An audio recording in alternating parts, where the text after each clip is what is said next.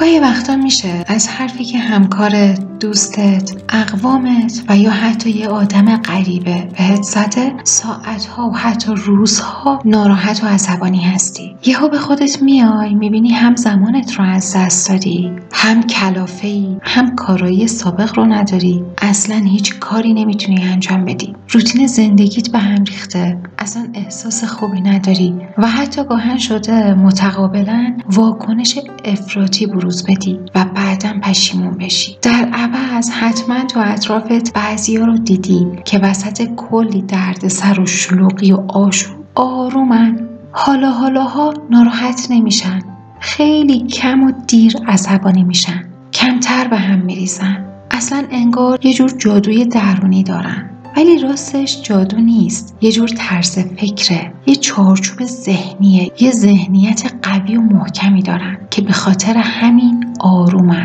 پس همراه من باش تا راز این آدم‌های آروم رو و یا همون قوی رو بدونی. امروز میخوام از کتاب 4 توافق یا The Four Agreements نوشته آقای دان میگل رویز کمک بگیرم.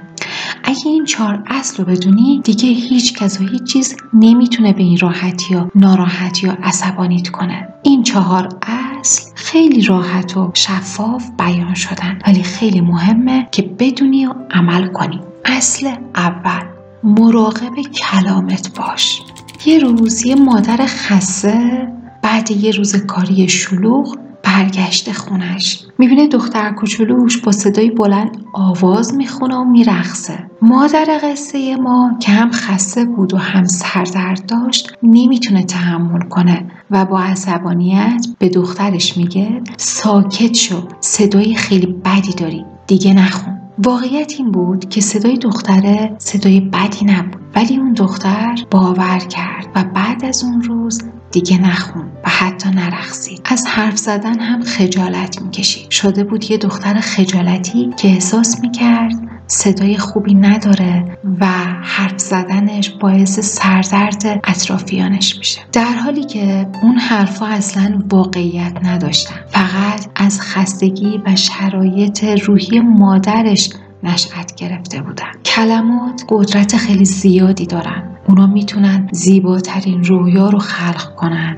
یا میتونن همه چیز رو نابود کنن. کلمات مثل بذر هستن. ذهن ما مثل خاک حاصل خیزه. هر بذری بکاریم همون رو برداشت میکنیم. اگر کلمات منفی رو به دیگران و یا به خودمون بگیم این بذرهای سمی هن که ریشه میزنن و روی رفتار ما، روی آینده ما، روی ذهنیت ما تأثیر میگذارن. و بدترین بخش این قضیه اینه که نه تنها حرفایی که به دیگران میزنیم بلکه حرفایی که به خودمون هم میزنیم خیلی مهم و تأثیر گذارن. مثل اینکه من آدم ضعیفیم، همیشه خرابکاری میکنم، هیچ کس دوستم نداره. اینها همون بذرهای سمی هستن که توی ذهنمون میکاریم. اما خبر خوب اینه که ما میتونیم بذرهای خوب بکاریم با کلمات و حرفای مثبت، نه اینکه بخوایم خودمون رو گول بزنیم، نه، ولی این کلمات قدرت دارن و روی رفتار ما تأثیر میگذارن. پس یه بعد دیگه قضیه اینه که نباید در مورد کسی پیش داوری کنیم و نظر بدی بدیم. چرا؟ فرض کن کسی به تو میگه استاد فلانی آدم مزخرفیه، منحرفه، اصلا بی‌سواده و هیچی بلد نیست. بعد تو با این ذهنیت منفی وارد کلاس میشی و واقعا از اون کلاس متنفری، حتی اگر واقعیت نداشته باشه. پس همونطور که میبینی، همونطور که تجربهش رو داشتی، این کلمات قدرت عجیبی دارن و روی ذهنیت ما و در نهایت رفتارمون تأثیر میگذارن. اصل دوم، هیچ چیزی رو شخصی نگیر. واقعیت اینه که حرفها و کارهای دیگران به تو ربطی نداره. چرا؟ چون از درون خودشون، از دردهاشون، از زخمهاشون، از باورهاشون نشأت میگیره و واقعیت نداره. مثل همون مادر داستان قبلی که گفتیم. اگه کسی بهت گفت که تو آدم نالایقی هستی، نباید باورت بشه و بهت بر بخوره، مگر اینکه از ته دل خودت به این باور رسیده باشی. چرا؟ چون خودت به خودت حرفای منفی زدی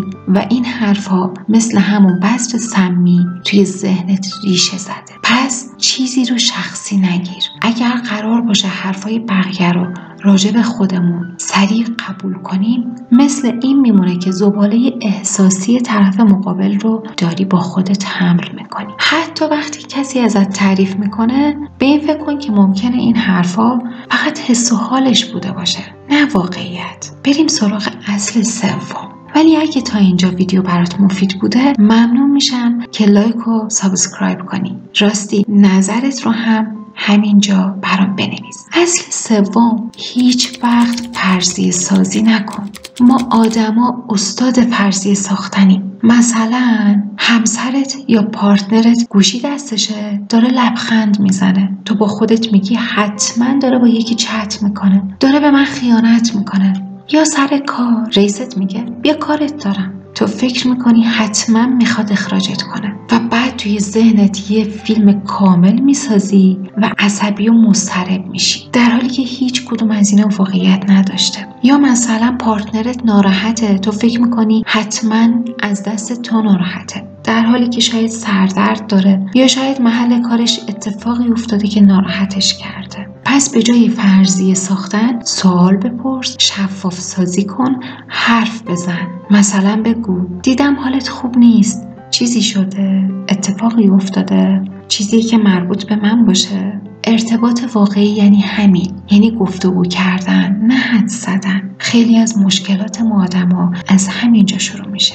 اصل چهارم، همیشه تو کاری که میخوای انجام بدی بهترین خودت باش.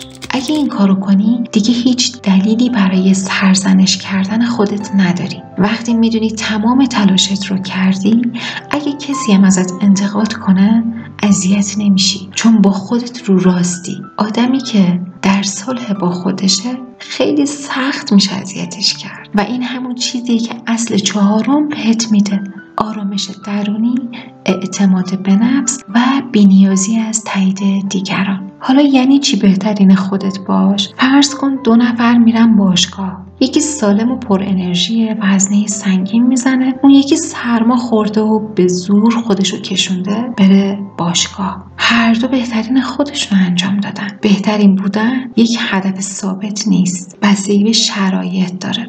پس اگر باور و رفتارهای خودت رو بر مبنای این 4 اصل مهم تنظیم کنی، بهت قول میدم هیچ کس و هیچ چیز نمیتونه به این راحتی عصبانی و ناراحتت کنه. از اینکه تا اینجا با من همراه بودی ازت خیلی ممنونم. ممنون میشم نظرت رو هم برام بنویسی.